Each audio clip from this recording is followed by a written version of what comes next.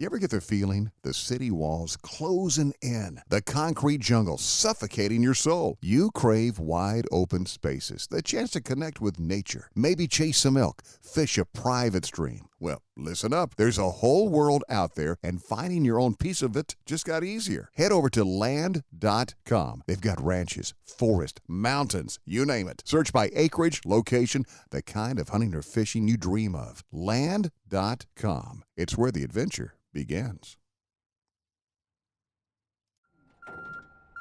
Hey, move those routers there. Oh, hey, it's me, your data center. And as you can hear, I'm making some big changes in here because AI is making some bigger ones everywhere. So I took a little trip to Nokia. Super fast routers, optical interconnect, fully automated, the whole data center networking portfolio, and they deliver. That's them. Hey, Nokia, right on time. Get your data center AI ready. Someday is here with Nokia. What's up, everybody? Corey's Bloody History. We're back again. So, I'm fully engaged with this Lillian Moret testimony. I have a lot to digest. But she, if you couldn't tell, lets things slip that she shouldn't let slip, right? Pretty, I don't know. Is it shocking? Is it typical? I don't know really what to say about it because it seems to be all of those things.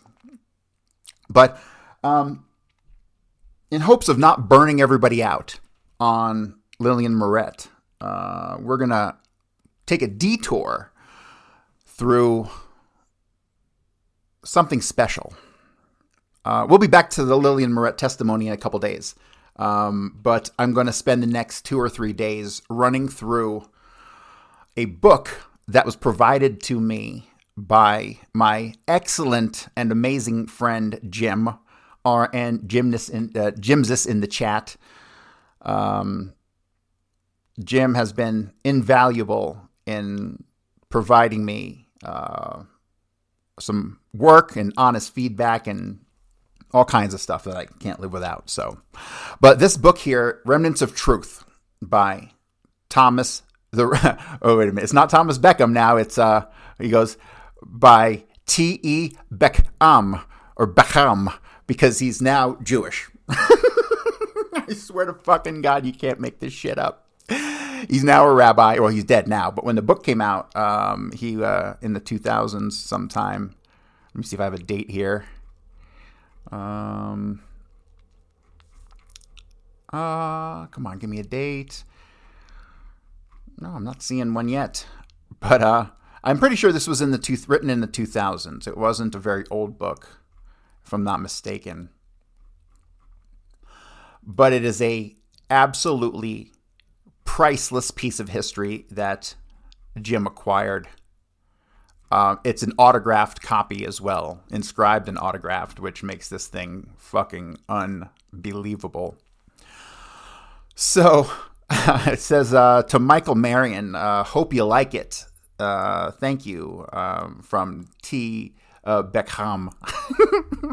Okay, for the rest of the show, I'm just going to call him Beckham because I'm not going to acknowledge his fake Jewish rabbi name. Here's a quote: "The gateways to wisdom and knowledge are always open." He has a couple quotes that open up the book. The table of contents is very interesting. I haven't read through this yet. I started to skim it a little bit, but I just got started with it today, and I wanted to share it with you guys. So the chapters are pretty short. It appears to have a lot of good information in it. Do I believe everything that's going to be in here? Fuck no. This guy is a born liar, psychopathic liar, to the point where it is like impossible for him to tell the truth, right? Like he'll like burst into flame like a fucking vampire in the sun if he speaks a word of truth. So we'll take some of this, at face value, and some of it is going to, I'm assuming we'll take kind of tongue in cheek, but make no mistake about it. There will be little nuggets in here that we will be able to piece together with the other pieces of the puzzle that we already have. So just remember, Thomas Beckham was in Guy Bannister and Jack Martin's kind of inner circle, Fred Chrisman's inner circle.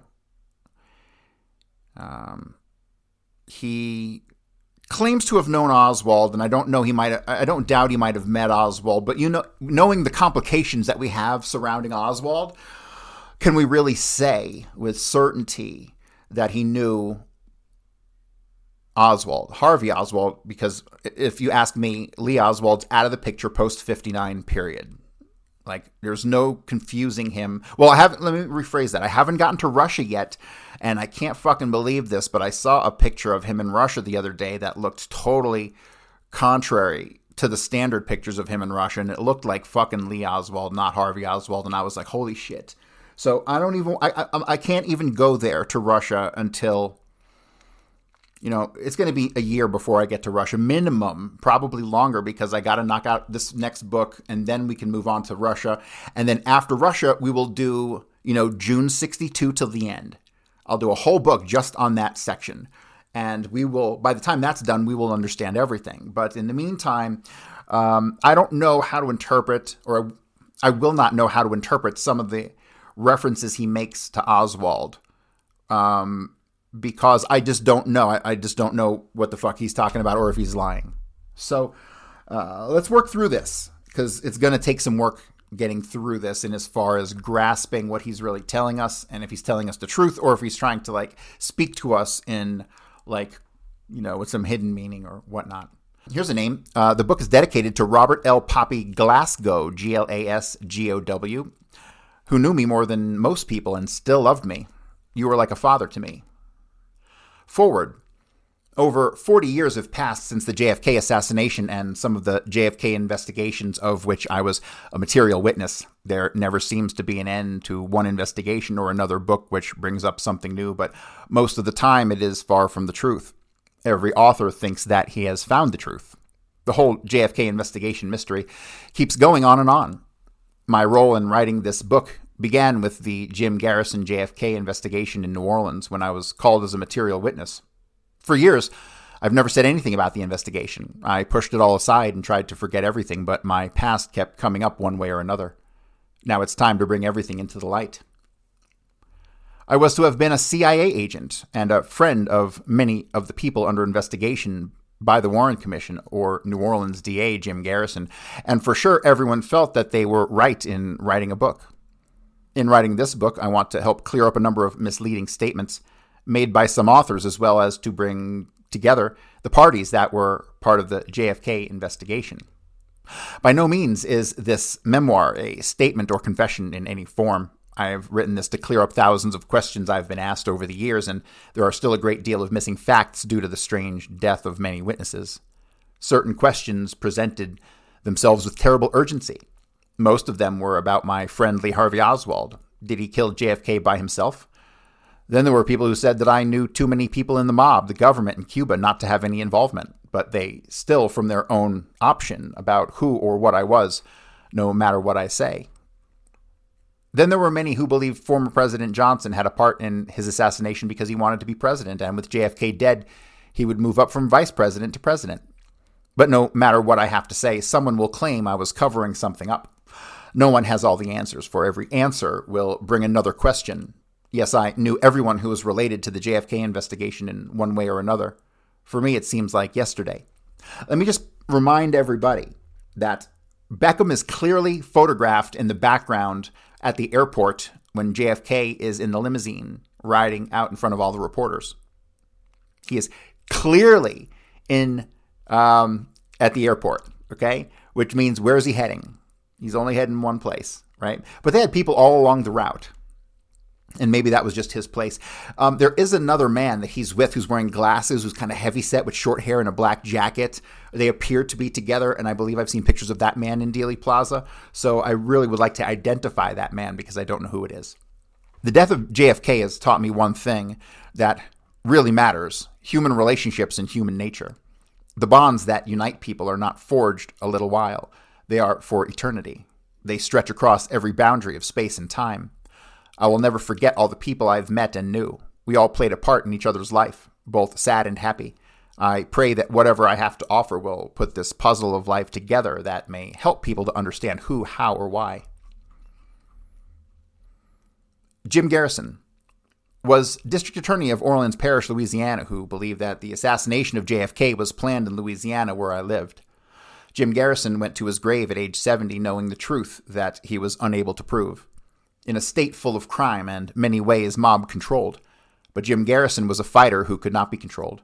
He was born Erling Carolus Garrison, but changed his name to Jim Garrison. He earned his law degree from Tulane School in New Orleans. I have to apologize. He doesn't write very well. He's just not good at writing, and so it feels very awkward to read this. Information reached Jim Garrison offices about the JFK assassination and who was a part of it. 3 names stood out: Clay Shaw, Lee Harvey Oswald, and David Ferry. Jim Garrison wanted to prove that they helped the CIA in JFK's assassination. He felt if he could tie them together, he could prove his case. This book, despite all denials, and proves that Jim Garrison was on the right track and that he really knew the truth. I was one of the material witnesses that Jim Garrison subpoenaed before the Orleans Parish grand jury. I had personally seen Mr. Garrison a number of times when I went to his chief investigator's office, who was a crook. I don't believe that Mr. Garrison knew about what he was doing. I ran payoffs to him more than once or twice. But Louisiana had its fair share of corruption, both in and out of politics. That's one thing that I will never forget. I gained the trust of officials as well as the mob. I was the only courier they had. Later, I became a courier for government officials, and I did my job well. My services was well known by both sides of the law, but whatever I was requested to carry out was between them and I, and no one else. I hope this will better help you fully understand this book, which I believe will prove who planned the JFK assassination, and so goes my story. Quote, I believe one of the worst crimes that can ever occur in a representative society is the assassination of the head of state. My personal life. It's 1 a.m., cold and windy, as I sit here at my desk with a crazy idea to write a book, but not just any old book. I'm writing my version and answers to my life and connection with the JFK assassination. I have asked myself over and over again, how did I ever get involved in this mess? My wife keeps hollering at me to come to bed and stop what I'm doing. She said for me to forget it. I want to, but there are so many lies already written about me from nearly 45 years ago, and the only way I know to stop it is to give my side of the story. My wife is hollering again to come to bed and leave trouble alone. It's now 2:15 a.m. Where do I start? I guess I'll start from the beginning with my personal side of life. After all, who knows me better than I do? I was born on December 9th at 2:01 a.m. in Oklahoma to Arvell Monroe Beck, he has the apostrophe in there, so it's Beckham, right? So I'm just going to say Beckham because he's full of shit, right? Arvell Monroe Beckham and Anna Mae Eggleston, a German Hebrew descendant, Jewish. Sadly to say, my mother was in the hospital alone. My dad was at war fighting for his country. I was their third child. I had a sister, Martha Ann, who died a few minutes after her birth. She would have been the oldest big sister. I wish she would have lived. I bet she would have been like a second mom, and she could have been a blessing to Mom. Mom later talked about her and how she wished she would have lived. Mom never had any girls born to her and Dad. I know how badly this had to hurt her and Dad. Mom always talked about her, what she would have looked like if she would have lived. My mom had a very lonesome life. My dad had gone to war or away from us as a Marine officer. My dear mom stayed home and took care of my brothers and me. She was a real homemaker. My mother washed our clothing on a wooden glass board with lye soap. Her hands would bleed after a big wash. After all, she had to wash clothes for all 5 boys. I grew up in Oklahoma, Louisiana, and Mississippi. Both of my beloved mom and dad are at rest with Elohim, God, in Jackson, Mississippi. My parents were firm but very loving. They never favored one of their children over the other. But I was the dark sheep of our family. I was always getting into something or another. I was up and going the day I started to walk. I wanted to roam, always trying something new. One year, my mother got my brother Sonny and me a guitar. We took about 5 or 6 lessons, and before I knew it, we had begun picking and singing together. We were known as the Beckham Brothers. I was only 16, and Sonny was going on 17. I told Sonny that we needed to get on the radio with our own show. Back then, radio was the big thing and we were on our way. So one day, Sonny and I went to WTPS radio station to see how much it would cost to have our own radio show. Right after finding out what it would cost us, we went looking for someone to sponsor us. Before long, we found someone who owned a product called No Steel and had agreed to sponsor us. Alas, we were on the air at WTPS radio station at 650 Howard Avenue, but our fame was short-lived. We only lasted about 2 or 3 months. Not long after our short-lived fame, Sonny and I broke up our singing team. My brother was more business type than I was. Later, I formed a little country music hillbilly rock band and sung alone. But I sure missed singing with my older brother. But Sonny was always a businessman type, and he was very good at it. He knew the ins and outs of business. My family was very close to each other, and in a way, we kept to ourselves. Dad and Mom were never partygoers. If they went anywhere, it was to the store or went to see my band and I play, and that was not often. Dad died a few years before my mother. She never remarried. Until her death, all she talked about was my dad. One thing I know for sure, Mom and Dad had what most people never knew, true and lasting love. My mom and dad lived for us kids and for each other. Both of them went to their graves, loving each other. My brother Sonny now lives with his family in California. My brother Jim lives in Jackson, Mississippi with his family. My brother Bill also lives in Jackson, Mississippi in a nursing home. And my brother Freddie, Steve, is the only brother still living in Louisiana. We don't get to see each other too much, but we burn the phone lines up calling each other. One thing is for sure, though, we are always there for each other. Well, as I'm sitting here typing this book, it seems I've lived a dozen lifetimes, and it is going to be really hard to put all of it into a book. I recorded 5 or 6 records on Tab Records and sung under a couple show names other than my given birth name. Well, as I look at the clock, it's almost 3:30 a.m. This is as far as I've gotten, and my wife must be deep asleep by now. She must have gotten mad at me and went to sleep, so I guess I'll hit the bed myself and start over again tomorrow. It's hard to try and go to sleep thinking of so many things. If I can get most of it in order, I can type it fast. Tomorrow comes before you know it, and it's now 10:25 a.m., and a new day, like every day, is. I'm asking myself, how can I sum up over 45 years in one book? One thing is for sure. Life, for me, has been like living in a strange and dramatic dream where people cared and didn't care all at the same time. By now, you may be saying to yourself, this man must have been nuts, and at times I felt I was on my way. The JFK assassination began a nightmare for me as well as my family. You ever get the feeling the city walls closing in, the concrete jungle suffocating your soul? You crave wide open spaces, the chance to connect with nature, maybe chase some elk, fish a private stream. Well, listen up. There's a whole world out there, and finding your own piece of it just got easier. Head over to land.com. They've got ranches, forest, mountains, you name it. Search by acreage, location, the kind of hunting or fishing you dream of. Land.com. It's where the adventure begins. My best friend died suddenly, and now his wife and kids have to move out of their house. I had no idea he didn't have life insurance. If I could go back, I'd tell him how easy and affordable protecting your family can be with SelectQuote. In 15 minutes, a licensed insurance agent found me a $500,000 life insurance policy for only $18 a month. They compare many of the nation's most highly rated insurance carriers to find the right coverage and price for your needs. In the last 40 years, they've helped more than 2 million families secure over $700 billion in coverage. Even if you have a health concern, SelectQuote agents can find you the right policy at the lowest price. Don't wait until it's too late. Get peace of mind that your loved ones are protected with life insurance. Go to SelectQuote.com to get your free quote today. That's SelectQuote.com. SelectQuote.com. Details on example rate at SelectQuote.com. A nightmare that I've lived for most of my adult life. One thing I've learned is you know everything or you know nothing. As sad as this may sound, take time to hear what I'm trying to say. First, let me clear up the matter of the CIA and me. If I was a former agent, what good would it do to say I am or I was? Such a powerful and fine agency would not be able, within its own framework, to admit anything. And what good would the CIA be if anyone could give or get information whenever they wanted to? All I can do is put together what I know. And from this, the JFK fan or researcher can and will compile their own opinions. So many things happened back then. Most I don't remember or don't want to remember.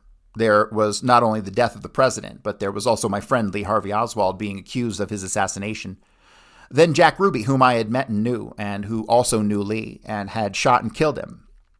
So to protect myself, I did what my CIA friend had once told me, if anything came down on me. He must have known it firsthand. A number of people I knew were ending up dead. Was I going to be next? I really never knew, even to this day, that I was participating in any assassination. I do remember hearing a few people saying that JFK should be dead, but to me, this was only a lot of bull. Personally, I liked him. He was more like a movie star than the President of the United States of America. Now I know that I was used in some type of plot. If I would have known that then, I would have run. Back then, so much was happening, but as far as I ran, someone always managed to find me, like my CIA buddies, Jack Martin and Fred Chrisman. I moved to Omaha, Nebraska from Washington State to renew my life, but all I did was prolong what I would soon be facing. For a while, I was glad to be gone. No one knew where I was or my telephone number, only my brother Jim, who at the time was living in New Orleans. One morning, very early, I got a telephone call from Jim. The first words out of his mouth were, "Tom, get out of there." "Get out of where?" I replied. He told me that my name and picture were all over the front page of the newspaper. "How come?" I asked him. He began to tell me that the Orleans Parish grand jury was looking for me as a material witness in the JFK assassination. "Jim, why are they after me?" I asked him. He said it was because of the CIA. I remembered hearing time after time by agents that CIA meant caught in the act. I felt like my life had ended that morning. My brother said my mom was in tears, hurting so bad. He told me to watch out, be very careful, and not to trust anyone. Within 10 minutes or even less, Jack Martin and Fred Chrisman called me about the same thing. I asked them how they'd gotten a hold of my telephone number, and that was not even in my own name. I asked them who'd given it to them. Their only reply was, "Tom, anything can be gotten, you know that." I acted like I had not heard anything. Then they told me about what I already knew, and for me not to worry, everything was being taken care of. I asked them if they were crazy. What did they mean everything was being taken care of? What have I done? I asked them. Then they said, "Hold it, Tom, we'll call you back later today." I left the house and went to a payphone and called my brother Jim. I was mad, and the first thing I asked him was, why did he give out my private telephone number? Jim said, "Tom, you must be sick. I would never give out your number unless you told me to give it out." I then told him about the two parties who had just called me. The next thing Jim said was, "Tom, get out of there. Something is really wrong." I told him what they had said. Everything was being taken care of, and for me not to worry. Jim asked me what was going on. My only reply was, "I don't really know, but whatever it is, I'm in a real mess." Then my friend, the Honorable Harold Boggs, who had been a congressman from Louisiana, came to my mind. He had also served on the Warren Commission on the assassination of JFK. Great, I remember thinking that someone had killed him. I remembered talking with him about the assassination of the president. He quickly replied, "Don't worry, you won't be called. I can take care of that." I thought he was joking, though because he had smiled, it might sound strange, but then and only then did I think I was a part of something that I did not want to think about that was coming to a head. I thought it was all over. I searched my mind over and over again. What were they wanting with me? Was I being set up? And if I was, for what reason? And by who? When Jim told me to leave Omaha and hit out, I told him it would take me a few days to pack everything and store it. All he replied was, "Leave it till later." Someone can go get it for you, but I had a great deal of confidential files that I could not walk away from. I called them my who, what, and where records. I had them well hidden, and I did not want to take any chances that somebody would find them. I was holding on to hope with fear. Jack Martin called me back and said for me to go to Iowa. A safe house was being set up for me there. But within a few days, an Iowa court brought me back to New Orleans to appear before the Orleans Parish grand jury. I knew an Omaha police officer who I had befriended a month or two before. He agreed to go to New Orleans with me. This helped give me some range of safety. But no matter what I tried to forget my fears, I could not. Who would kill me if I said the wrong thing, and what was the wrong thing? Would I be killed or not? And it would be my so-called mafia friends or my government friends. I knew that I would never criticize anyone if I only knew that they were going to ask me. I did not know what facts they had and would be able to prove in court, even without me knowing. Everything was going over and over in my head. When we arrived in New Orleans, I went right to my mom's house. I could see in my mom's eyes how happy but sad she really was. My brother Bill stayed with us that whole night. Bill worked with the Orleans Parish Sheriff's Office. The next morning, Bill and my friend followed me to the Orleans Parish Courthouse. Everywhere I looked, someone was watching me, both inside and outside the courthouse. I had never seen so many people, police and reporters. They were all asking me what I was going to tell the grand jury, if I only knew. I was met in the hall by A. Oswald Thompson, a friend of mine, and Jack Martin. Within seconds, 2 other men dressed in night suits came up to me and Roswell. They told me that everything was fine, but I needed to watch what kind of answers I gave the grand jury.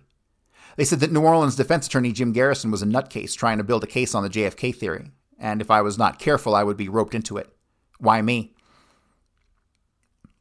They said, "We just told you Garrison is some kind of a nut, and you better act like one too when you get in there, or we won't even be able to help you." My mind was running back and forth. It was hard to collect my thoughts in the right order.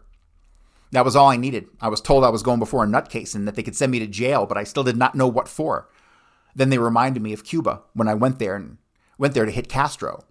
For some reason, it was called off. They replied, "Even if you know about the 1,200-mile coastline of Cuba, this nut will have you jailed." They said it was better to know nothing than something. I remember them telling me that they had an insider in Jim Garrison's office, and if I did my part, I would have nothing to worry about. Just before I went in to face the grand jury, they patted my back and said, "Watch that nut." Oswald Thompson asked if he could go into the grand jury with me. They said no. I remembered seeing Jim Garrison sitting at the head of this long table and a dozen or so other people. I remembered what I had learned, how to clear your mind, think on other related things as I replied to the questions, from a nut to a nut. This is a psychological replay. How could I know anything if I was uneducated, a con man, or whatever they thought I was? I just let them think what they wanted to think. I walked out after a long time that they to me had seemed like a few minutes of game playing. As strange as it may seem to most people, I never really knew what questions I was asked until I read the Orleans Parish grand jury report later. I had blocked everything out of my mind that they had asked me. When I left the Orleans Parish courthouse, I went back to my mother's house and stayed overnight until early the next morning. Mom asked me over and over what they talked to me about. All I could tell her was, "I don't know." I've not written this book as a final determination as to who, how, or why JFK was assassinated, or if I was or was not a CIA operative. For years, I have not said anything to anyone. Why should I? I could have even wrote my own book if I wanted fame, glory, or money. But many writers have done just that, except they wrote books filled with lies about me. After a while, a person can only take so much, and the lies they write only fuel other lies. Most of the authors misuse the truth because it does not sound good enough to sell their book, so they make me or my involvement to look the way they want it to be. I've read so many things about me that I never even knew, like one author who wrote that I only went to the 3rd grade in New Orleans. If he would have checked, he would have known that I went to 5th grade at Henry W. Allen School before we moved to Mississippi, but he should have noted there are schools everywhere. Then there was a writer who claimed I had no education, but that I was a genius. Then another man wrote that he visited me at my office where I was selling things called whoopee cushions, whatever that is, and I'm not saying that this is not a good product. I don't need them writing about me if there is such a product. The writer said I had a wall of phony degrees. He should have given the name and dates of the phony degrees along with the school, college names. He did not, because he wrote a pack of lies to sell his phony book. My whole family's been hurt by these phony stories and half-truths. Years have come and years have gone, and this is the first time I wanted to stop all of this bull. Over the years, I've been blessed to earn my degrees, certificates, and a number of honors. See where here we go, ladies and gentlemen. He's fucking full of shit. I was blessed to become a Yehudite rabbi, teacher. My Hebrew mother would have been thrilled. I'm part of the union of Yehudite Hebrews. Yehudite Hebrews are not one of the largest groups of the Hebrew Jewish faith. They do not call themselves Jewish because there is no letter J in the Hebrew language. They also do not call their houses of prayer synagogues, which is only a modern term.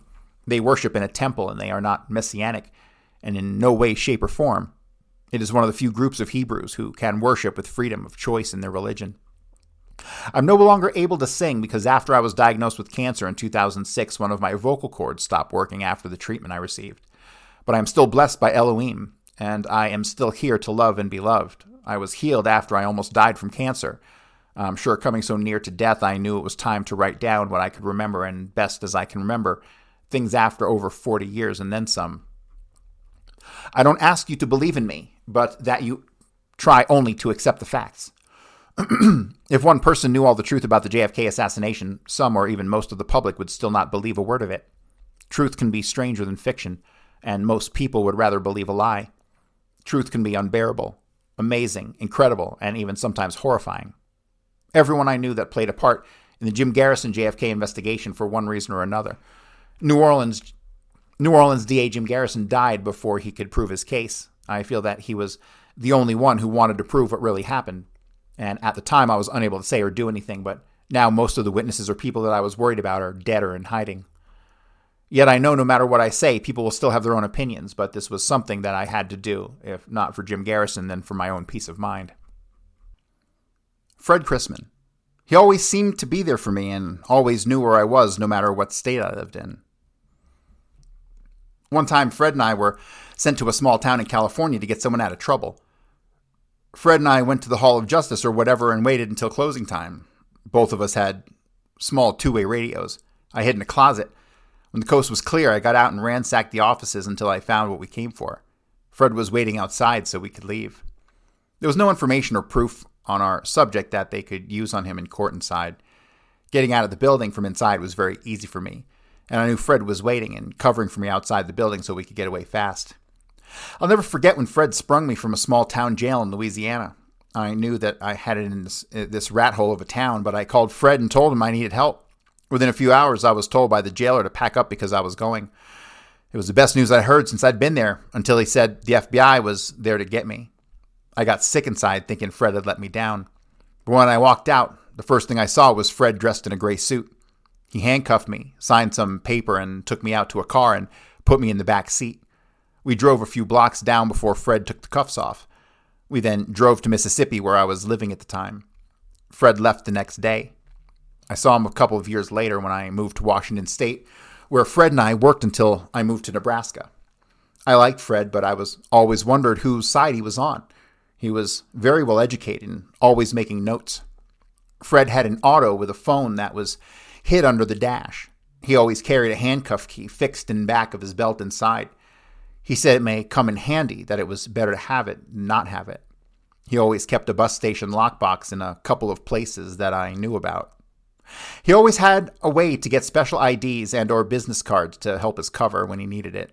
He was always very calm and was able to walk into any building without ever being questioned. He said, if you look like you know what you're doing, no one will question you. And then he knew what he was talking about. The cover-up. Everyone believes something one way or another about the JFK assassination, and the truth is, they should, because it's part of our history. And I'm only sorry that there are so many writers who don't write the truth. They are missing their true calling. They should write for the tabloids. One thing I do know, the cover-up started the day JFK was assassinated and ended with the Warren Commission.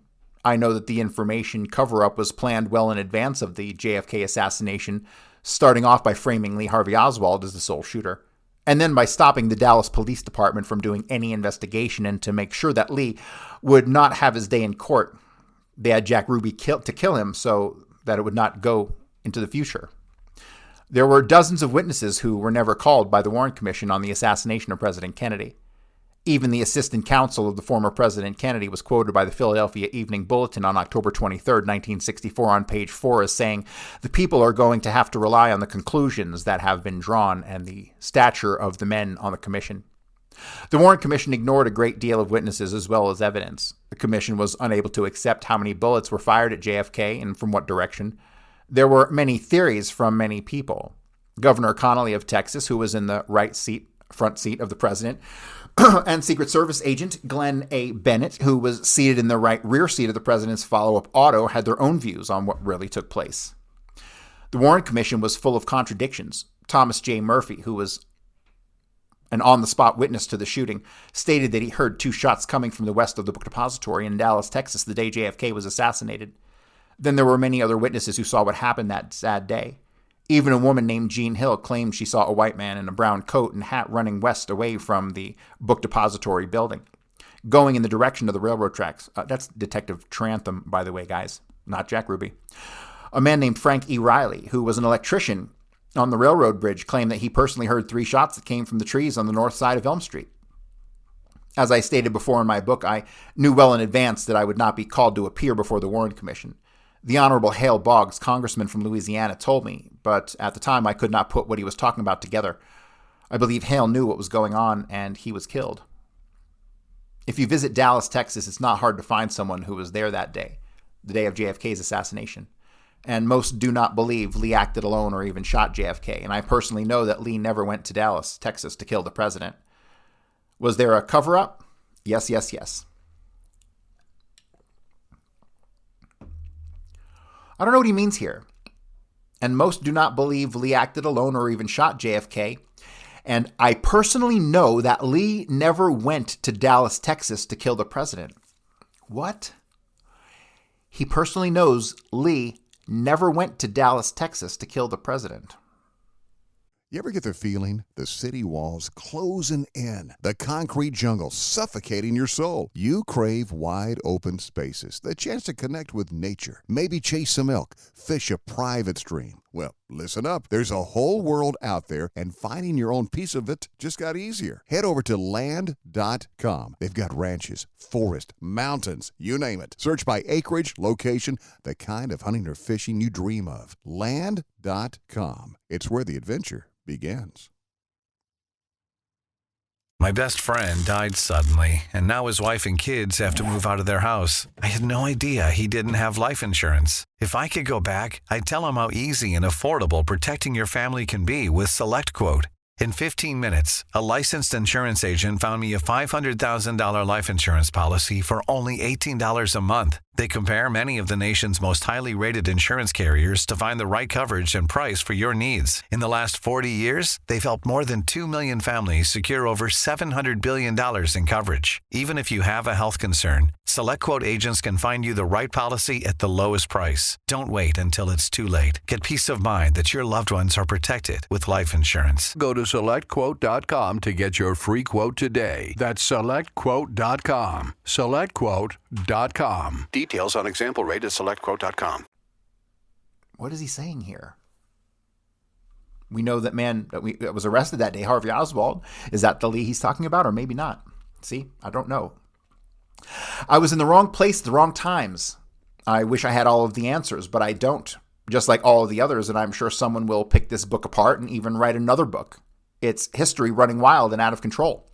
Before the killing of the president even happened, the cover-up was in place. The deception and the patsy shooter was in place. The media played right into it, and there was no turning back until the public began to see something was wrong. That too many people were linked together, and there were more than one shot. Thousands of questions had no answers, and then the cover-up came to light. When the commission for the investigation of JFK was forced upon the Honorable Justice Earl Warren by President Johnson, he wanted not to be a part of it. Maybe he seen or knew something that he did not wish to be a part of, but it was forced upon him. The Warren Commission stated that a single bullet entered at Texas Governor Connolly's right armpit, shattered his fifth rib, and exited beneath his right nipple. A bullet shattered also his right wrist, entering at the back, leaving at the base of the Governor Connolly's palm. The commission claimed that the wounds were made by the same bullet which also caused JFK's lethal wounds. The Warren Commission omits from its discussion of the wounds that the fact that a bullet fragment was found in Connolly's chest and still remains was the same that hit JFK. I asked myself why the FBI on that day, never after the JFK assassination, never came to New Orleans public libraries and confiscated Lee Harvey Oswald's records of books he had borrowed. As of late 1990, the FBI was destroying evidence. They walked into the Tulane Library's Special Collections section and confiscated papers on U.S. Congressman Hale Boggs. What were they after or wanted to cover up? The Honorable Hale Boggs was on the Warren Commission. Mr. Boggs was a good friend of mine, and I knew what I was into with the JFK assassination. I'll never forget when he was killed, then even thought something was very wrong. Well, you were in Dallas, motherfucker, so you're still lying. Hale Boggs knew a number of people that Jim Garrison was trying to tie together as part of the CIA in the assassination. He also personally knew New Orleans crime boss Carlos Marcello. On behalf of Mr. Marcello, I had carried a number of packages to him. I feel sure that it was money. For whatever reason, I never dared to ask. Like all Louisiana officials, they knew a lot of mob members, one way or the other. They needed the bulks to get reelected. There was a running joke in Louisiana. If you wanted to be an official crook, get elected. The route of the motorcade. The president's car was an open target, unarmored. The route chosen was along busy streets with high buildings on each side in an open auto. How crazy was this, or how well planned was it? The route the president's motorcade took particularly hazardous, with sharp turns which required slow speed in violation of protection regulations. This brings up a number of issues, the way it was handled. JFK's motorcade had to go down an incline towards a triple bridge underpass. Then soon after came the 7-story brick warehouse known as the Texas School Book Depository, where they claim Lee Harvey Oswald shot and killed JFK and hit Governor Connally. Lee said over and over that he did not do it. If Lee shot JFK from so high up at the position he was supposedly at in the Texas School Book Depository, he wouldn't have had enough time to fire off enough shots so accurately without being spotted by several people on the ground. He would have had to be a marksman. Most people believed just because he was in the Marine Corps. He had a great shot, so they judged him on it. But this was far from the truth. If Lee was going to kill the president, he would not have told me that he was going to Dallas. The Marines stated that Lee was a poor shot, at the very best, according to Lieutenant Colonel A.G. Folsom Jr. He was the person who evaluated Lee's Marine Corps marksmanship on May 6, 1959 at El Toro Marine Base in California. Lee had served 3 years in the Marine Corps, but that did not make him the one who killed JFK. Lee was mad at Governor Connally, as I said before. I believe he went because Lee had written Governor Connally in 1962 demanding his undesirable discharge from the Marines be reconsidered. Lee had told me that he received 2 court-martials, but not for what, and I never questioned him about it. Along the motorcade building, windows on the route were not closed, sealed, or even put under surveillance. The auto had no cover for the president. The question is why, but the answers are very clear when you put everything together. You know everything, or you know nothing. Will we ever know? I think it's safe to say whatever you think you don't know at all, for we all have our own personal opinions. Friends or foes? You be the judge, and you'll see how I got involved by just knowing people, and I knew the following people, and they all knew me.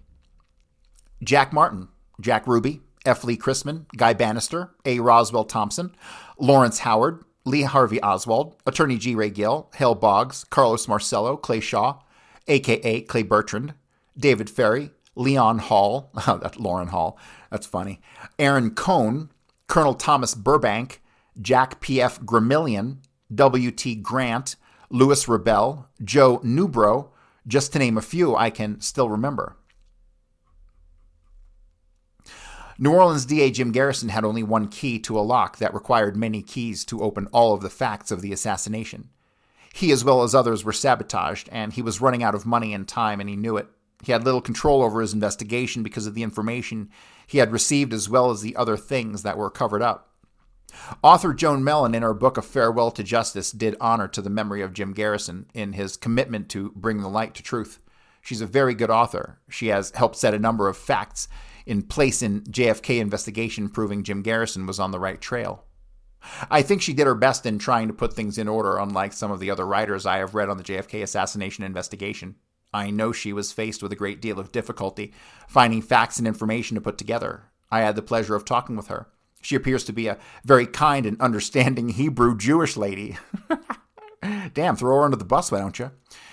I think people should read her book, which is packed with information on Jim Garrison and his JFK investigation, A Farewell to Justice. Jack Martin was always an agency asset, but at the beginning I never knew. My friend Guy Bannister and even Carlo Marcello warned me not to trust Jack, but would not say why. They only told me to play it safe in any business I have with him. Jack Martin always had a badge and a special ID that got him into any place he wanted, even federal agencies. I asked Jack one time how he did it. He remarked, "Take care of your own business, kid." I knew that Jack had some type of commission because he always carried a gun on his side. One day, Jack and I stopped by his house. It was the first time for me. It was a very small one-bedroom filled with filing cabinets and locks. And for the first time, I met his wife and a little boy. He and his wife looked much too old to have a child that young. Jack was in a hurry to leave, as he always was. I looked on his wall, and he had a black suit that one would see a priest wear. After we left, I asked him about it. He began to tell me that he was an ordained priest. I said I never knew priests were married. He said he was not a Roman Catholic priest. I then asked him, were there other types? He said he was an ordained in the Old Catholic Church of North America. He asked me if I wanted to be one. I told him, how can a Jewish person become a priest? We believe in God, not in a Trinity. Jack then told me I needed to be ordained as a cover for something that was coming up soon. I said, "What's that?" He said I would know soon. One day, Jack told me we had to meet someone at the Roosevelt Hotel. The door opened to a priestly dressed older man who welcomed us in. Jack quickly told him who I was as we entered the room. Jack told me that he had come from Canada to ordain me as a priest within the old Catholic Church of North America. After a few words in Latin and putting his hands on my head, it was over. Within a few days, Jack had rented a building for a church. It was called the United Catholic Mission. Father's located at 352 Rampart Street. 352 Rampart Street. God damn it. Why is that ringing a bell? I don't know, but 352 Rampart's ringing a bell for some fucking reason. So many addresses. But it was only a cover for a group named the United Cuban Mission Forces. This was a group formed to free Cuba. Only Jack Martin and I had a key. I asked Jack if I should give Lee a key. He said not at all. I don't know why Jack and I were the only ones who had a key, and why he did not want to give Lee Harvey Oswald keys. Lee was there a lot anyway. Sometimes he would meet me there waiting outside for me to arrive. There were a number of meetings at the mission with Sergio Arcacha, Clay Shaw, David Ferry, and many I did not know. Yeah, I don't buy this at all. Not at all. Remember, Thornley was introduced to everybody as Leon Oswald. Remember. So that was probably his front. They probably didn't know Kerry Thornley as Kerry Thornley at all that summer. At all. He then said, "I bet you're a hillbilly singer." He asked if I had ever sung in Texas. He said if I ever needed help to get any show dates in Texas, just ask Jack to call him. He had an Oriental woman with him that never said two words. Thousands of dollars came into the mission for the anti-Castro groups. The government took a whole lot of it when they picked me up at the airport. Where it went, I don't know. Guy Bannister, FBI and CIA agent. Guy had a nice 2 or 3 room office near the post office on Howard Avenue in New Orleans. It was also near most federal offices where he was always going to and from like Jack Martin. Guy Bannister was the type of guy who sat very still while you were talking to him. He would take in everything you were saying while he looked directly at you. Guy had a wall full of certificates, such as Special Agent of the FBI, etc., but his office door sign read only Guy Bannister and Associates.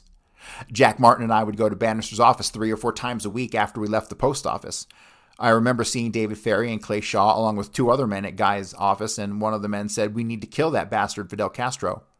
Jack smiled and looked at me and said, "We might let Tom take care of it." Everyone smiled. Lee and I would often stop by Guy's office, mostly to say hello. You ever get the feeling the city walls closing in, the concrete jungle suffocating your soul? You crave wide open spaces, the chance to connect with nature, maybe chase some elk, fish a private stream. Well, listen up. There's a whole world out there, and finding your own piece of it just got easier. Head over to land.com. They've got ranches, forest, mountains, you name it. Search by acreage, location, the kind of hunting or fishing you dream of. Land.com. It's where the adventure begins. My best friend died suddenly, and now his wife and kids have to move out of their house. I had no idea he didn't have life insurance. If I could go back, I'd tell him how easy and affordable protecting your family can be with SelectQuote. In 15 minutes, a licensed insurance agent found me a $500,000 life insurance policy for only $18 a month. They compare many of the nation's most highly rated insurance carriers to find the right coverage and price for your needs. In the last 40 years, they've helped more than 2 million families secure over $700 billion in coverage. Even if you have a health concern, SelectQuote agents can find you the right policy at the lowest price. Don't wait until it's too late. Get peace of mind that your loved ones are protected with life insurance. Go to SelectQuote.com to get your free quote today. That's SelectQuote.com. SelectQuote.com. Details on example rate at SelectQuote.com. Almost every time I went to Guy Bannister's office with Jack Martin, I waited in the outer office. Sometimes when we went by Guy's office, he would be too busy to see Jack or me. Then one day, Jack Martin and I went to Guy Bannister's office. Jack said he had to see Guy on some business. We were only there 10 or 15 minutes before we left. I remember that Jack had acted strange when we left. We went across the street and waited for almost an hour. While Jack watched Guy's office, I asked him for what we were waiting for, and he replied, "For time to go by." I told him I was going to leave and take care of some business, but Jack told me to wait for him. When Guy left his office and Jack made his move, we went back to Guy's office. Jack told his office girl that he left an envelope in Guy's office. He told her that it would only take a second to recover it. He told her and I to wait while he grabbed it. When he came out, he had nothing. She asked him if he found it. He said no, and that he must have left it somewhere else. When Jack and I left Guy's office, we went to the lower level men's room in the Roosevelt Hotel off Canal Street. Jack pulled a large brown envelope out of his suit coat that contained some papers. Jack would not let me see them. I knew that Jack had stole the envelope from Guy's office, but I did not know why. I felt Guy needed to know at once. I told Jack I had to get across the bridge to go home. As soon as I got home, I called Guy's office, but he was still out. Guy was right about Jack all the time. You could not trust him. About 4 months or more before that, Guy told me Jack was working with the CIA, but he also laughed and said that Jack Martin was a double agent and very dangerous. I said, "You're joking, right?" He got up from his desk and said, "Tommy, I've got some people coming. I'll see you later." A nice way to tell me nothing more. He could tell you go to hell and you'd be looking forward to the trip. I remember going alone to Guy's office once. His office girl was gone. I think she told me he went to the post office or something like that. I had walked in on Guy working with a tape recorder. I asked him what he was doing. He said he was putting on a new reel. I joked and asked him if he wanted me to start singing. He told me that he recorded everything in his office. Guy said he did it to help keep his records straight. Then he told me not to ever tell anyone about the recorder. It was only between me and him. I assured him it would only be between me and him. I assured him, he got that written twice. I asked if he had seen Jack any time today. He remarked no, and I left. Not long after that and my training, I worked with Guy on several operations. He was always professional, yet friendly. He has a massive training and knowledge. I knew that Guy was an agent right away. He had told me. He also helped me become involved. I learned a lot from him in investigations as well as what to do and what not to do back then. I remember Guy Bannister stored weapons for the anti-Castro operatives. Guy also paid off its operatives on behalf of the CIA. I knew this because I was sent to the training camps north of Lake Pontchartrain to deliver money and information for Guy. See, we got more conflicting information on the camps north of Lake Pontchartrain, right? Some people say they were open. Other people said they weren't. Interesting. Jerry Hemming said that those camps, when it was raided by the FBI, really, it was just a guy's house and there was some weapons in the guy's tool shed, and that was it. That was all that happened. But who the fuck knows? I knew that Guy was a former FBI special agent and worked for the CIA. One of the Cubans I met with Guy Bannister was Sergio Arcacha Smith, who was always well-dressed and knew a lot of people that Jim Garrison believed plotted to kill JFK. Mr. Smith played a big role in the fight to free Cuba. I remember the first time that I met him. He asked if I could be fully trusted. This made me very mad and upset. I replied, "You can only trust your mother, and that's only if she's dead." He smiled and walked away. I saw him a week or two later, and he asked me what did I know. Jokingly, I replied, "Nothing. That's how you stay alive." He replied, "You're a very sharp kid. I think I like you." I remember hearing Sergio Arcacha Smith and Clay Shaw sitting at a table at the French Quarter talking about killing Castro. That was the first time I knew that Clay Shaw could speak Espanol. My friend and CIA operative, Guy Bannister, was a really good friend of Clay Shaw, but Guy would not be seen in public with him. But I never knew why. I passed information between the two men many times. Carlos Marcello. I'll never forget Carlos Marcello, whom I knew was a businessman and was a personal friend of mine. He was called Crime Boss, but to me, he was a friend who I had known for some time, even longer than I knew Jack Martin or Lee Harvey Oswald. I'd helped him by carrying information or cash whenever he needed me to do so. I really trusted only him and Guy on business matters.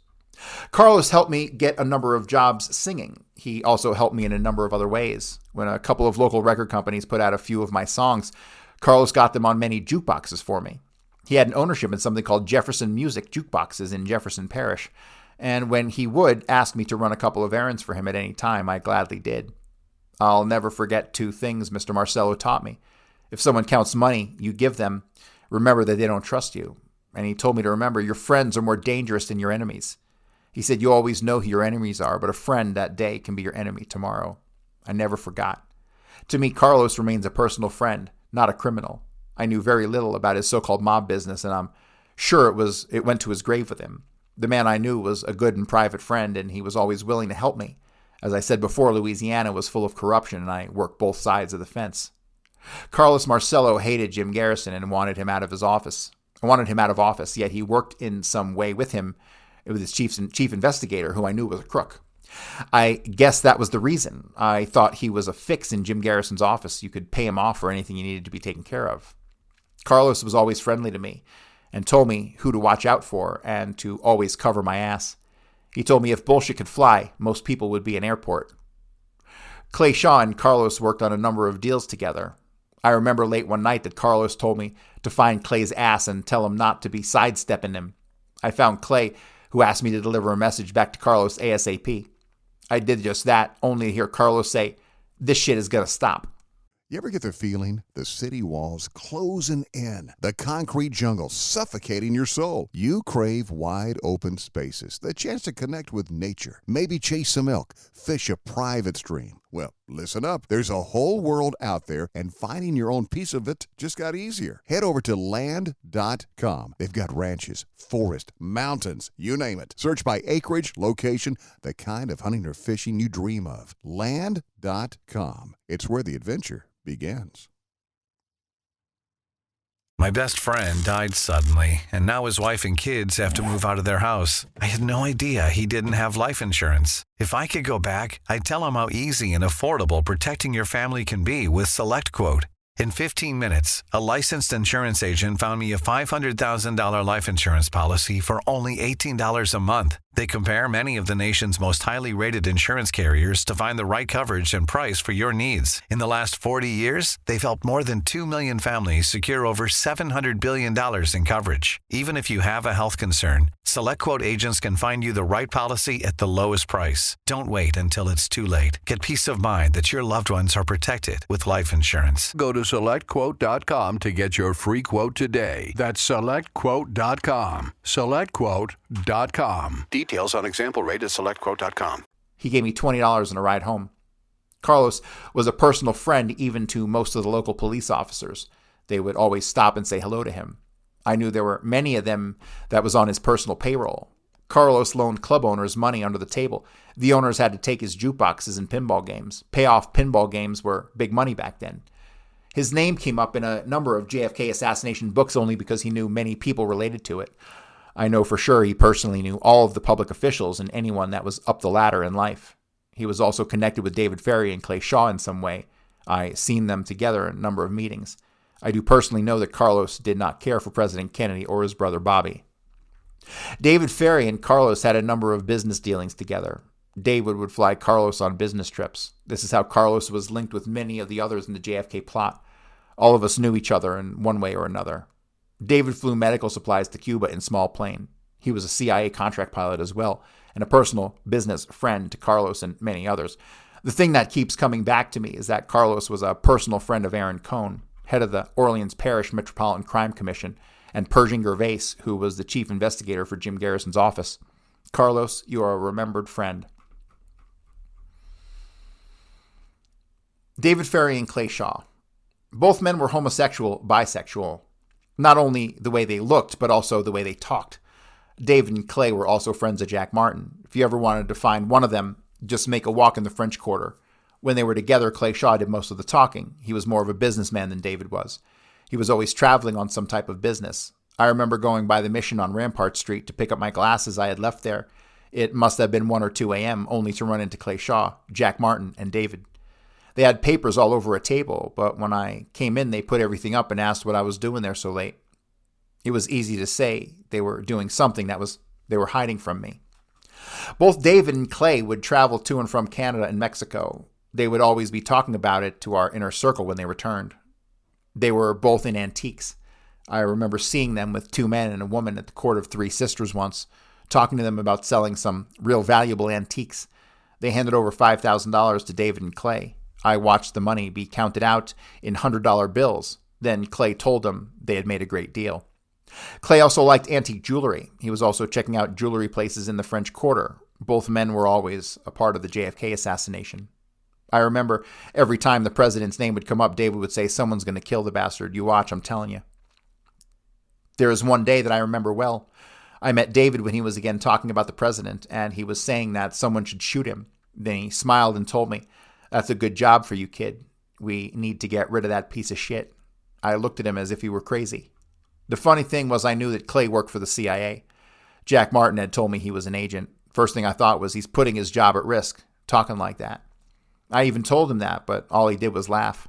Between David and Clay, I like Clay Shaw better, but they both gave me chills. I saw David and my friend Lee Harvey Oswald together a number of times. Lee said David helped him to get in the Civil Air Patrol. I asked him if he knew that David was a pilot. He replied, sure, that's old news. Okay, so that's a false statement right then and there. Hang on a second. He says, Lee said David helped him get in the Civil Air Patrol. That's not true at all. He was brought in by Ed Vobel and Frederick O'Sullivan, who were joined the fucking Civil Air Patrol. So it had nothing to do with David Ferry.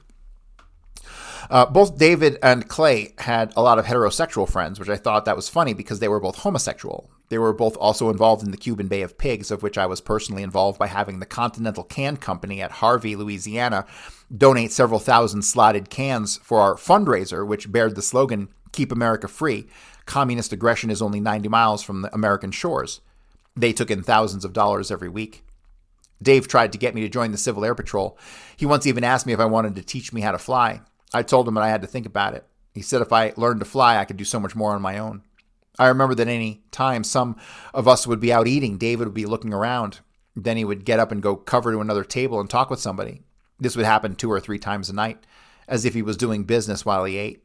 He may have been a good CIA agent, but he really looked strange. What little hair he had looked like he had pasted it on in spots on his head, and it was easy to tell that he was gay. David and Jack Martin were always on and off, mad at each other for one reason or another. They were both fighting over the Bay of Pigs. David flew over Cuba with 2 other men taking pictures, and the way I heard it, he almost got killed. Jack told him he was getting all the shitty jobs because he was a piece of shit. Boy, the shit really hit the fan. David was always telling me that Jack Martin was an asshole. That was one thing I had to agree with him on. But you could also see them together one time or another. I flew to Mexico and Cuba with David once on some business along with Jack Martin.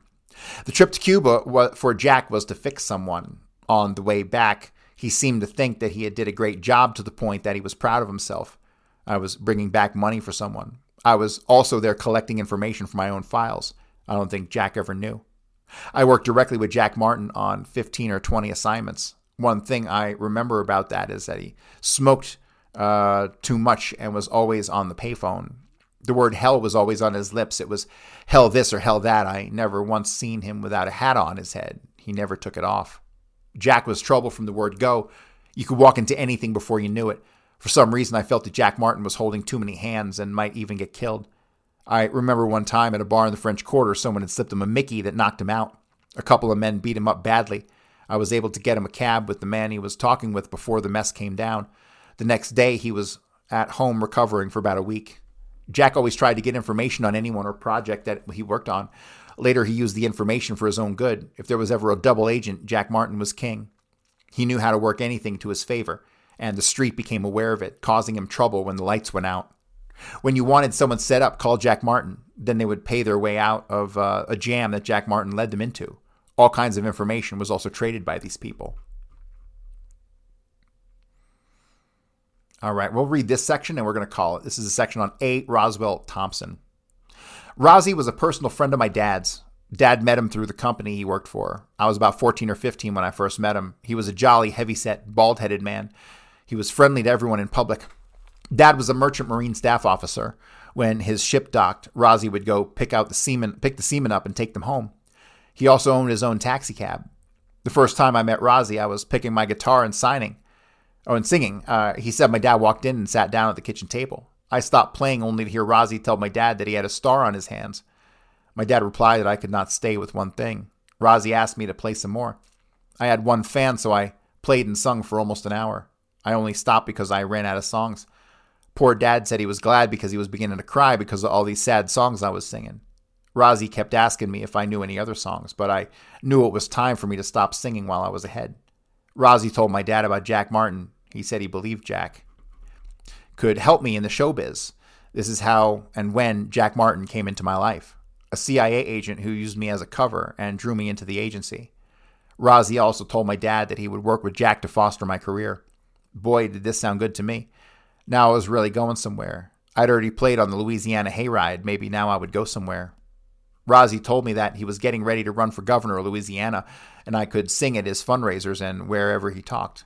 He called himself Louisiana's new kingfish. He was always eating and shaking hands with people. He ran for office one after the other. I thought he was very likable, but he was for blacks to stay on their own and to stay in their own place. He proudly carried his KKK card, but never said anything about Jewish Hebrew people. He was 100% for the white race and would always ask me to pick and sing Bye Bye Blackbird at his public meetings. I was always thinking that someone was going to shoot him, maybe both of us. Rozzy was a true racist. One day after coming home from one of Rozzy's public meetings, my mom told me not to ever tell him we were Jewish. She said we don't need any trouble. I told her not to worry about me, but she replied that she was worried about her whole family. My mom's family were German Jews. Rozzy, Jack Martin, Clay Shaw, Guy Bannister, Colonel Thomas Burbank, Hale Boggs, David Ferry, State Attorney General Jack P.F. Gramillion, Carlos Marcello, Aaron Cohn, Lee Harvey Oswald. The Long family were all friends. They helped each other in one way or another. Rozzy always had a lot of money. He also owned a bar. There was a sign at the door saying niggers keep out, and he meant every word of it. I don't know how he found out I was Jewish, but he did. He told me he knew I was Jewish. I asked him if it made him mad. He said that my family never even goes to temple and that there still may be hope for me. He was a Roman Catholic all the way. When I was brought back to New Orleans to appear before the Orleans Parish Grand Jury, I was met by Rozzy, who told me that everything would be all right. Within a couple of minutes, 2 men in suits walked up to Roswell and me. Rozzy told me that they were friends and I needed to trust what they had to say. One of them told me that I should not say anything. I knew they were government agents. Rozzy said they were. I kept thinking about when I got back to New Orleans from Dallas, Texas. I had remember asking Rozzy if he had heard that people were claiming that our friend Lee had killed JFK. He replied no, he didn't. I asked him, then why is everyone saying he did? Then Rozzy said that 2 other guys did.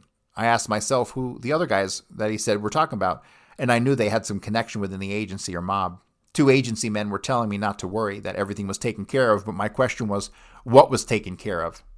It was hard to get my thoughts right in my head. They kept telling me to think of something else when I was questioned. Remember, your IQ is much higher than all of theirs. They can't match your state of mind. You're well trained in this. Garrison doesn't know what he's doing. Hell, the Warren Commission and the FBI think he's a real nut. You can do it. We know you can. I knew they were only saying this to make me feel better, to give me encouragement, but what I needed was a bathroom before I wet my pants. Then I remembered Jack Ruby killed Lee Harvey Oswald. How could Jack Ruby kill him? I could not even think straight. Lee and Jack Ruby were friends. What the hell was really going on, and why was I right in the middle of it all? When most of the other witnesses were dead, I was trained how to stay alive as well as how to kill if needed. One thing for sure, I was going to stay alive if at all possible. I then remembered asking Rozzy and Jack Martin how Jack Ruby was able to get entry to the police station in Dallas where Lee was. That was a crazy question for me to ask, but they answered anyways. One of our agents walked him in. Why would anyone want to kill Lee? If he really was guilty, a court of law would deliver justice. And why would the agency help to have him killed? Most of all, why would Lee's killer be one of his own friends, Jack Ruby? And now I'm the one in the spotlight. I noticed as the 2 men and Rozzy were talking to me, 3 or 4 other agency men were keeping reporters and other onlookers away from us. This brought to mind the so-called CIA target file of the people that the agency considered hostile during the JFK investigation. A friend of Jack Martin's who worked for the CIA office in New Orleans told him about it. I knew someone was worried that I might say something that would bring attention to them, but what would that be? I knew a little bit about everything. I'm sure everyone knew that we all knew each other. Then I put the pictures of the puzzle together. It was all of us who completed the puzzle. Each of us was a piece of the puzzle to the JFK investigation one way or another, but I'm sure we were all connected. Many people know Lee Harvey Oswald only as the person who they say shot and killed JFK. I only wish they knew him as I did. To this day, maybe because I know the truth, I still see him as a good friend. You ever get the feeling the city walls closing in, the concrete jungle suffocating your soul? You crave wide open spaces, the chance to connect with nature, maybe chase some elk, fish a private stream. Well, listen up. There's a whole world out there, and finding your own piece of it just got easier. Head over to land.com. They've got ranches, forest, mountains, you name it. Search by acreage, location, the kind of hunting or fishing you dream of. Land.com. It's where the adventure begins. My best friend died suddenly, and now his wife and kids have to move out of their house. I had no idea he didn't have life insurance. If I could go back, I'd tell him how easy and affordable protecting your family can be with SelectQuote. In 15 minutes, a licensed insurance agent found me a $500,000 life insurance policy for only $18 a month. They compare many of the nation's most highly rated insurance carriers to find the right coverage and price for your needs. In the last 40 years, they've helped more than 2 million families secure over $700 billion in coverage. Even if you have a health concern, SelectQuote agents can find you the right policy at the lowest price. Don't wait until it's too late. Get peace of mind that your loved ones are protected with life insurance. Go to SelectQuote.com to get your free quote today. That's SelectQuote.com. SelectQuote.com. Details on example rate at SelectQuote.com. I remember the first time I met him. Lee and I met through Jack Martin, who was my manager promoter. Jack told Lee I played guitar and sung. Lee asked me if I was any good. Sure, I said, but I guess that's up to whoever hears me. Lee said he would like to hear me sing. From then on, Lee and I had become good friends. To this day, people ask more about Lee than they do about JFK, but I only remember Lee as a friend. We would go all over New Orleans to clubs and parties. And does that sound like Lee Harvey Oswald, people? Don't think so. And before long, I found out that Lee knew most of my friends and I knew most of his. I asked Lee what high school he'd gone to in New Orleans. He told me that he didn't go to high school in New Orleans, that he went to high school in Texas. Well, that's not true. He went to Warren Easton High School in New Orleans. And he's only a couple years older than me. I think he told me he was born in 1939. Lee said he went to school in Fort Worth, Texas, and jokingly said that's where you should be singing your cowboy and hillbilly songs, not here in New Orleans, but in Texas or Nashville. I asked him if he was born in Texas, and he said no, that he was born right here in New Orleans, but he said he had loved, right there in New Orleans, but he said he loved New Orleans. A number of times Jack Martin would show up and ask me in a nice way to take a walk so we could talk to Lee alone. I remember Lee telling me that his dad died when he was born. He said he joined the Marines, but later he was forced to get out to help support his mother. I remember telling him that he did the right thing. I even told him I would have done the same thing. He smiled, then told me he had served in Japan. Religion never came up between me and Lee until the mission opened. He asked if I was a Catholic, and I replied, "You're going to think I'm crazy, but I'm Jewish." He said, "You're a Jew? Really Jewish?" I said, "As real as I can be, but I never go to temple." Lee then asked if I knew that Karl Marx was Jewish. God damn it, this is Kerry Thornley all day long. I remarked that there are a lot of Jewish people everywhere. I asked him what he was. He said that he really didn't know, and he looked a little sad after he said it. One day I asked Lee what kind of work he did. He looked at me and said, "The same thing you do, unofficially." We never talked about it anymore because I later knew. Most of the time, Lee wanted to know about me. He asked about me and how long I'd known Jack Martin and Roswell Thompson and what did I know about them. I told him that Jack Martin was very mysterious and I knew almost everyone, and that I had met Rozzy, who worked for a shipping company, through my dad. I knew that Lee was going to Texas, but I did not know why or when, and I never asked him why. He had told me that he heard that Governor Connally was going to be with the president. It was not to kill JFK. Lee told me that he was going to be gone a while because he wanted to talk to him about his dishonorable discharge. Many times Lee talked about Governor Connally of Texas causing him so much pain. I asked him why, and he said that when Governor Connally was Secretary of the Navy, he had asked him to help him with something to do about his dishonorable discharge. He was mad about it and could not get over it. I think he felt that if he could talk to Governor Connally in person, something could be done. One day when I arrived at my friend Guy Bannister's office, Lee was already there. I heard Lee call Mr. Bannister Chief. I was in the outer office, but it was not hard to hear them talking since the door was half open. Lee was attacking Governor John Connally. He said, "I hate that son of a bitch." I'd never seen him so angry. And then he said that he was going to fix his ass. It sounded to me like he meant every word. I personally believe now that Lee was only a pawn. I believe he never went to Dallas, Texas to kill JFK. I believe that he went to Dallas, Texas only to scare Governor Connally, or at least talk to him, and he was being set up as much as I was. Lee was already being set up as an unknown target, and Jack Ruby, one of his so-called friends, would start the cover-up.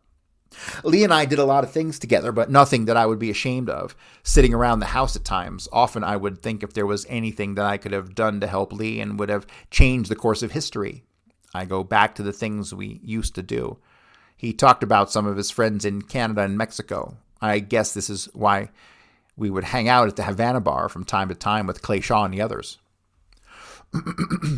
My life has taken a full turn around the corner over the years, but it will never be right. I have too many memories and pain to forget.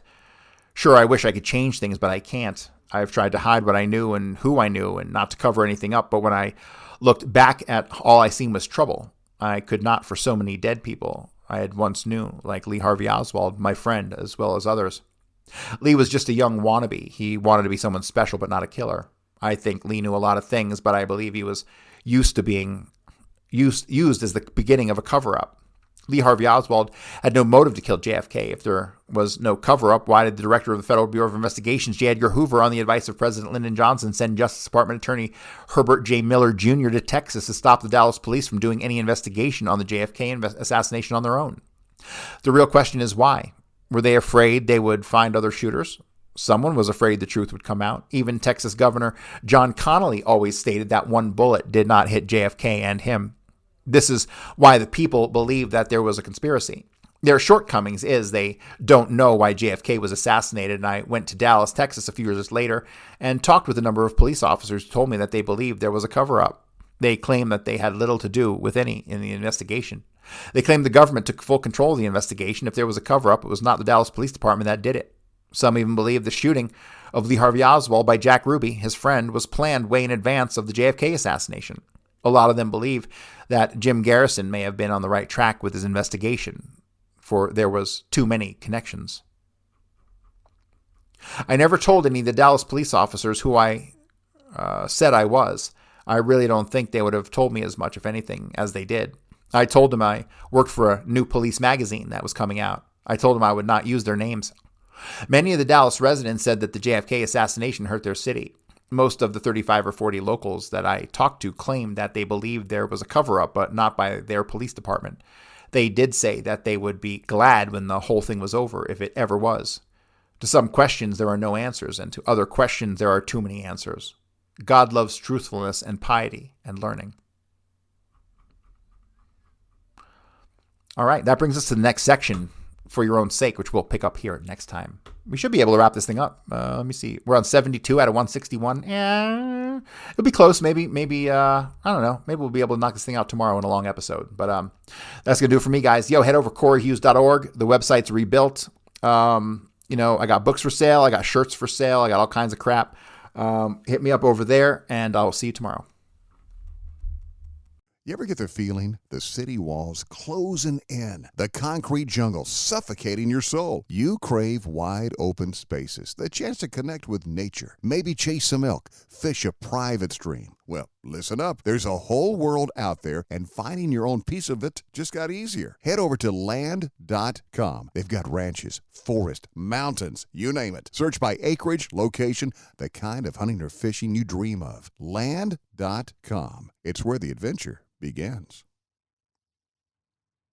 This podcast is sponsored by Talkspace. You know when you're really stressed or not feeling so great about your life or about yourself? Talking to someone who understands can really help.